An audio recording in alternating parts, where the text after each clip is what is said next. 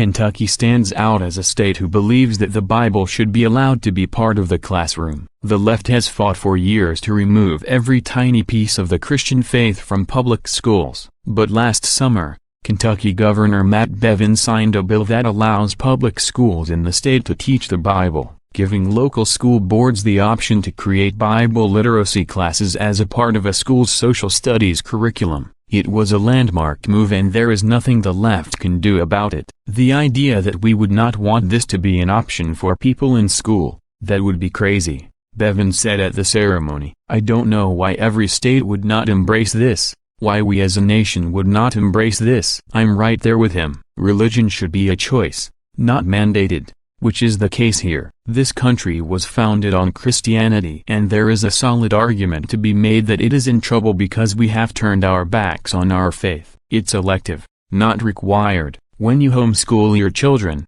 you choose their curriculum. The one I chose for my kids was Abeka, which is Christian-based. No one is forcing public school children to learn Christianity either. This is a choice. The bill's sponsor, Republican Rep. D.J. Johnson, pointed out just as I did that the Bible is foundational to the founding of our country, and for this nation to flourish, we need to rely on God, not turn our back on Him. Our founding fathers were very wise men who knew the importance of faith. All of the freedoms and religious liberties that we enjoy today are based on what those men knew.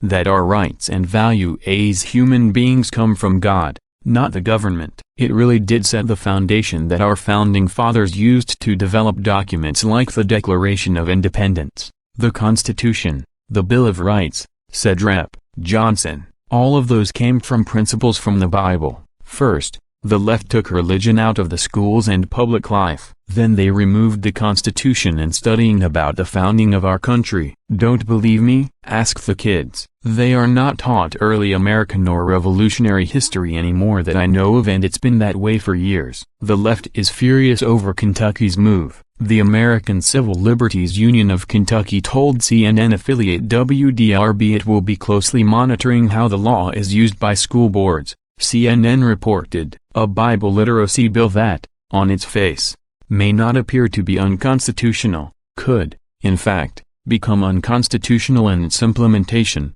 ACLU Advocacy Director Kate Miller said. Only through leftist interpretation, we want to make sure that teachers can teach and make sure that they don't go in to preach. Miller added, then why do you salt educational materials with items from other religions? Just because a course is offered on religion does not mean students are being preached to either. Roughly 75% of the population in Kentucky identifies as Christian. Rep. D.J. Johnson, who supports the bill, tried to reassure critics about its legality. As long as we're careful with the curriculum itself, there won't be any constitutional issues, he told WDRB, and we'll do that. Last week, the Kentucky Education Board unanimously passed new standards to guide school districts in implementing the state's Bible literacy classes. Of course, the ACLU is still throwing a fit and claiming that the Bible can only be taught as literature constitutionally. This is not true and is an interpretation of constitutional law that has no proper basis. Atheists are using the same arguments here. They are enraged that students are memorizing passages and that religious movies are played in the classroom. At the center of this is separation of church and state,